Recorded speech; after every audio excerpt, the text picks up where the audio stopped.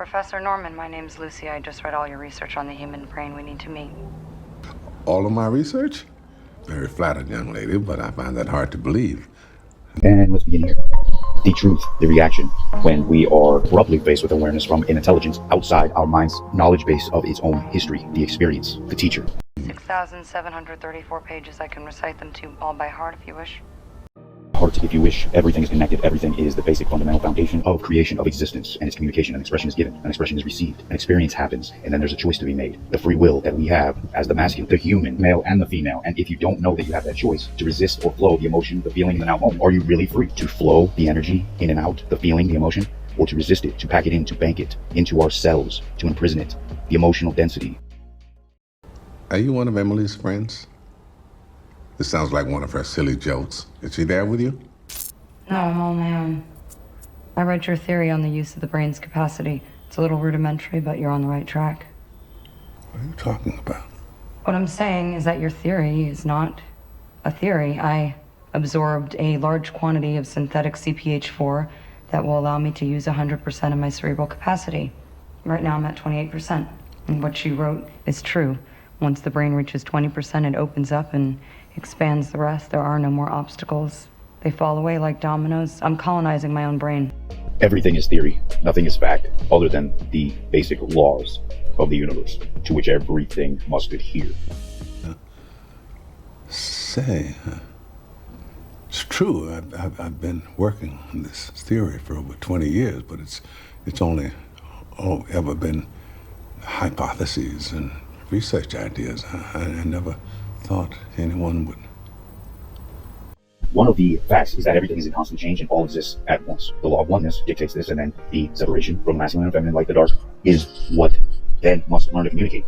What we have done in the physical realm here as through the human experience is learn the codependency, the obsession, the requirements of the external in order to prove factual proof. What are we actually saying? Stimulus, energetic movement, becoming aware of the energy moving. Which in fact, what this is it is the change that we're becoming more and more aware of. That's it. Change already exists. It's all already there. The only difference is the awareness between perspectives. So then, what is change? Movement. What is movement? Energy. What is it that knowledge is? The understanding of how to manipulate, mold, or work with energy at the very foundation. And what is our foundation? What is the core? What is the source? Home is where the heart is, right? The mind must give way to the heart and let it lead through intuition, feeling, emotion.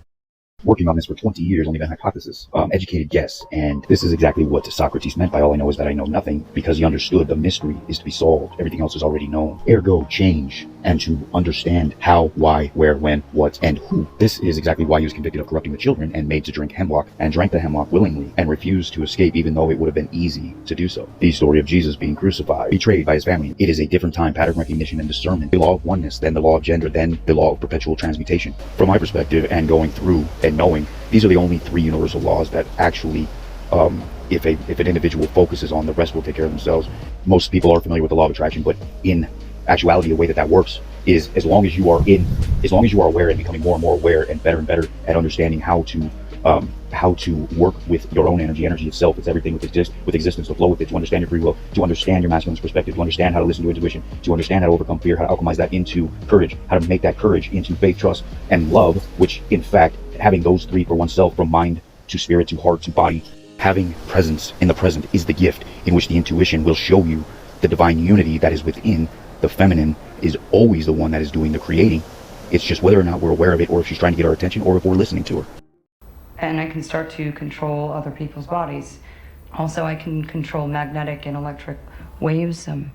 Not all of them, just the most basic. Television. Telephone. Radio. I don't feel pain, fear, desire. It's like all things that make us human are fading away. It's like the less human I feel, all this knowledge about everything, quantum physics, applied mathematics, the infinite capacity of a cell's nucleus, they're all exploding inside my brain, all this knowledge. I don't know what to do with it. So let's talk about the brain capacity at 20%, as she's stating, and controlling the basic ways. What is it? Television, the phone, the clock. All ways of communication in which provide us, our minds, with the stability to know the destination we're at and where we have been, not where we're going. So at 20%, she's talking about the limitations falling away. She also goes into talking about she doesn't feel pain, and all of the feelings and emotions that make us human are falling away. I have no doubt that the vast majority of people, when watching the scene, were scared shitless about now moving forward the evolution, because in this explanation of what she's talking about, from physical to non-physical, the indifference, and we as the masculine perspective with the free will, as the fourth dimensional being with that free will to choose which of the three creators get to come through, and time is our singular measurement in which only one gets to come through at a time, mind, body, or spirit. And this is where your masculine perspective comes in. To be the man, you are the one that must be the you are the one that makes the executive decision as to what is focused on, and your focus will come from spirit or non-physical, which is the intuition, which is also the indifference, in which we need to make the difference, which is to mitigate or do what the mind and body have been doing to this point, which is to adapt the environment and survive and know how to exist within a foreign environment, including the body. So the ego death that everybody is talking about is exactly the opposite of what you want. The ego, the mind, and the body is the vehicle or the energy god that gets to decide what to do with the energy that is not in motion, because if it were, that would be axiomatic and we wouldn't say motion. So motion is there to remind us that that energy is in motion, and it needs to its currency. It needs to move, it needs to flow. And that control is why the human experience and the intensities of feeling the energies at such depths and heights is so coveted, and why the human is such a powerful being. And with all that brain power in this particular scene, what Lucy is doing is she is allowing her mind, her brain, to take over, to outpace the body and the spirit. And now is just becoming, as she does at the end, a computer. This is the discrepancy, the hidden in plain sight. We grow together as a whole unit, mind, body, and spirit. When one outpaces the other, then that is when we have the death. That is when we have the miscommunication. That is when we have the out of balance. And therefore, it has to be reset, because everything is in balance and there's nothing that anybody can do about it other than become more and more and more aware of their trajectory more frequently, vibrating in a way to which is flow towards the trajectory of balance. It's not a destination, it's a trajectory. Ascension, a trajectory. Descending, a trajectory. This particular point is an actual stage, and it's called nihilism. You can call it a test, but it's not really a test. It's just there to get your attention, your awareness, to communicate with you. That is the discomfort of all feelings and emotion. And she says that she is colonizing her brain. Well, this is the energetic aspect of communication from higher dimension, entities, beings, gods, demons, angels, other energies. And this is very deep within our psyche, our subconscious, to fear all of this. Fear is the language the feminine uses initially to get the attention and stir up the emotions, the energy. Once the communication happens, you no longer call it fear, it's called courage. And it is a superpower. This is the divine union, the heart, the mind, the heart, and the spirit. If you think about the very nature of life, I mean, from the very beginning, the development of the first cell, divided into two cells. The sole purpose of life has been to pass on what was learned. There is no higher purpose. So if you're asking me what to do with all this knowledge you're accumulating, I say, pass it on. Just like any simple cell going through time. Time. Yes, of course. I'll be at your door in 12 hours. Like in the beginning, the word, let there be light, physicality, the word, communication, vibration, bend, archangels, arcangles, the angles of the box. If you open up a cube, it turns into a cross. These are the angles in which we must become aware of.